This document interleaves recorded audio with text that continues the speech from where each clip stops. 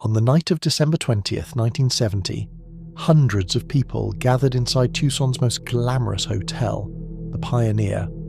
Guests danced, laughed, and toasted to the holidays, unaware that in just a few hours, the absolutely fireproof hotel would become the site of Arizona's deadliest fire. Shortly after midnight, flames erupted on the 4th floor. Smoke filled the hallways, alarms stayed silent. The building that had once promised luxury and safety was now a death trap. Within minutes, guests were hanging out of windows, some climbing down tied bedsheets, and others making choices no one should ever have to make. The morning fire has swept through the downtown Pioneer Hotel, leaving at least 28 persons dead and injuring 24 more, some critically. The fire, believed to be the worst tragedy in Tucson's modern history, broke out on the 4th floor shortly after midnight and spread rapidly down to the 3rd floor and up to the 9th floor through an open stairway, catching many of the victims before they had a chance to flee. We heard the people screaming and the sheets hanging out of the window, and people running out begging of somebody to come and help them. We saw several people jump from the window. The Pioneer Hotel wasn't just a building, it was part of Tucson's identity. Built in 1929 by businessman Albert Steinfeld, it was one of the city's first high-rise hotels and a favourite among the wealthy. The Steinfelds themselves lived in the penthouse, long after selling it in 1963. Inside, the place was stunning.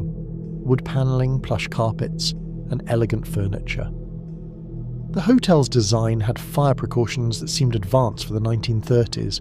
Standpipe connections, external fire escapes, and a smoke tower. But by modern standards, it was a ticking time bomb. There were no sprinklers, no alarm system, and far too many flammable materials. That December, over 700 people filled the building, including 350 employees from Hughes Aircraft enjoying their annual Christmas party in the ballroom. Among them was a 16-year-old named Louis Taylor, who would soon become the focus of one of Arizona's most controversial criminal cases.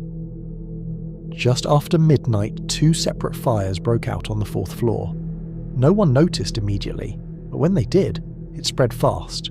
The carpets, wallpaper, and Christmas decorations turned into fuel, and the open stairwells acted like chimneys, pushing flames upward toward the top floors.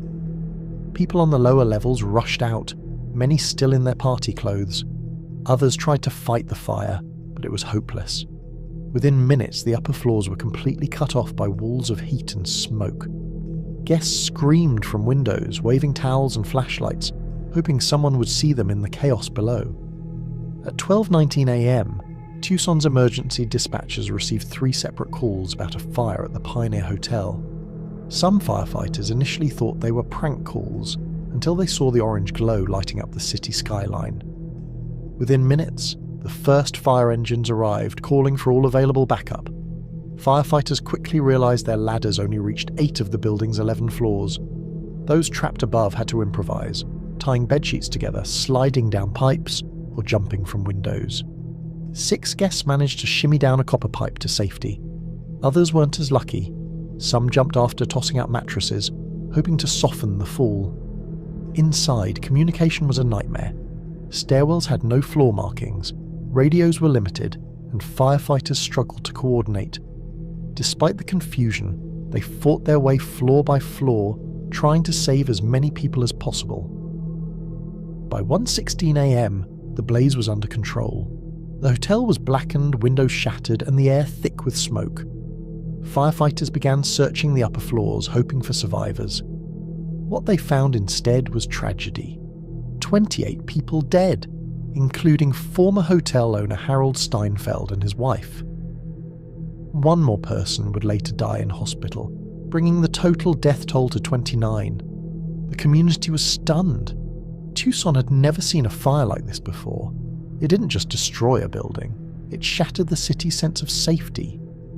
And as the smoke cleared, questions started to rise. How had this happened? And who could have started it? Investigators soon determined that the fire had started in 2 separate places on the 4th floor. That pointed to one conclusion: arson. But who would do something like that? Within days, police arrested Louis Taylor, a 16-year-old of mixed black and Mexican heritage who had been at the hotel that night. According to police, he'd started the fire as a distraction to steal from hotel rooms, but the evidence didn't add up. Multiple witnesses said they saw Taylor helping people escape, even risking his life trying to put out the flames. Despite this, prosecutors went after him aggressively. The era's racial tension didn't help, and before long, Taylor was convicted and sentenced to 28 life terms, one for each person who had died in the fire. He spent decades behind bars, always maintaining his innocence. As time went on, doubts about the case grew. Evidence used against Taylor had been improperly admitted.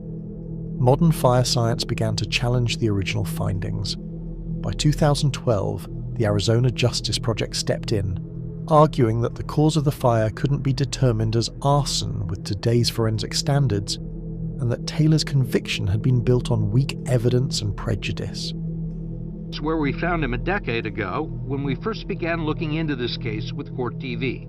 He was 47 years old. Did you set that fire that night, Lewis? No, I did not. The evidence is so, so frivolous that I thought for a while that maybe, they may be finding me not guilty, but unfortunately, I fell into the cracks. After more than 40 years in prison, Taylor was finally offered a deal. In 2013, he agreed to a no-contest plea, meaning he didn't admit guilt, but accepted release under the condition he couldn't sue the state. He walked free after spending most of his life behind bars for a crime that, by modern understanding, may not have even been arson. The Pioneer Hotel fire left scars on Tucson, but it also forced the city to evolve. By 1975, the Tucson Fire Department had pushed through a new standardized fire code, requiring sprinklers, smoke alarms, smoke-proof stairwells, non-flammable materials, and panic doors in all high-rise buildings. The Pioneer itself was rebuilt and repurposed as an office building. It never regained its old glamour, but it stood as a reminder of what was lost. The Tucson Fire Department also came out stronger. Better equipment, more staff, and new emergency medical training programs were introduced. In the end, 29 people died, and 27 were injured, including several firefighters. Among the dead, a mother and her 5 children, and the hotel's original owners, Harold and Peggy Steinfeld.